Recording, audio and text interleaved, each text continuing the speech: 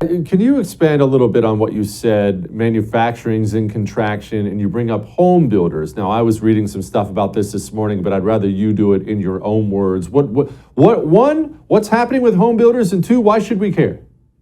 Absolutely. So home building is a major source of jobs in America, and it's also a reflection of what's happening in the rest of the economy. When people feel like they can afford homes, when interest rates aren't too high, then home building usually does very well.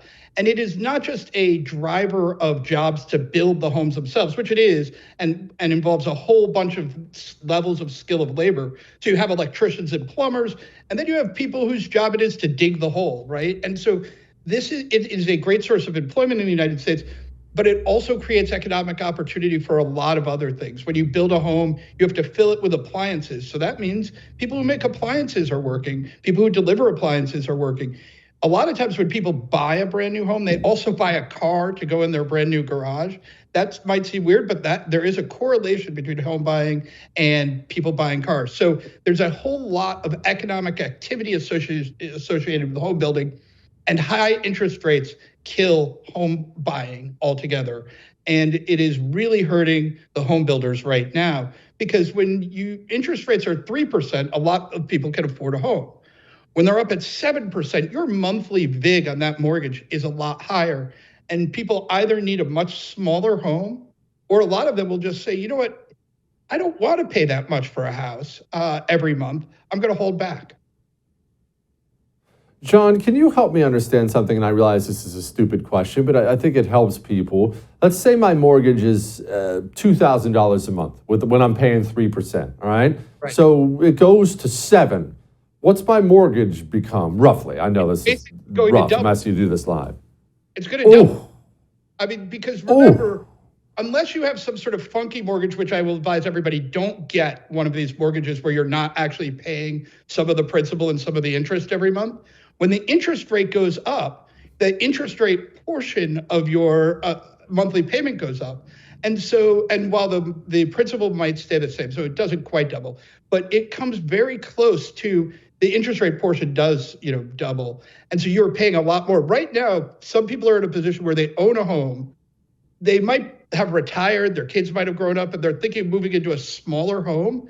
But if they have a 3% mortgage, it might cost them more to move into the smaller home than staying in the big home. And what does that do? It paralyzes the market, because people who would be sellers of, say, bigger family homes aren't selling to people who want those homes. That drives prices up, which makes homes even less affordable. And that's basically the situation we're in right now. Good grief. Okay, sorry about all the nerdy details, but I find this stuff fascinating. Manufacturing contracting. Now, That can't all be tied to home builders. Why is manufacturing contracting? Right. So a couple of reasons. One, interest rates are high, and that has made people they have to pay more for mortgages when they have them. So it is not unrelated to housing. But also, there's been a huge shift in buying that's been going on for a while now, where we bought a lot of goods during the pandemic. When we were locked in our homes, people bought, exercise bikes. People, got new, redid their kitchen. A lot of manufactured goods were in high demand during the pandemic and the reopening. We're now shifting back to a kind of more normal spending pattern. And one of the things that means is that there's just a lower demand for manufactured goods, both in the United States and around the world. And so we're seeing both in November and December, manufacturing output shrank in the United States, meaning factories in the US produced fewer manufactured goods. And in certain areas like the Philadelphia area, which includes Delaware, part of West Virginia, part of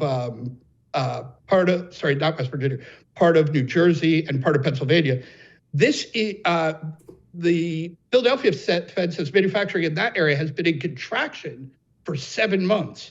So we are really seeing manufacturing in the United States shrink.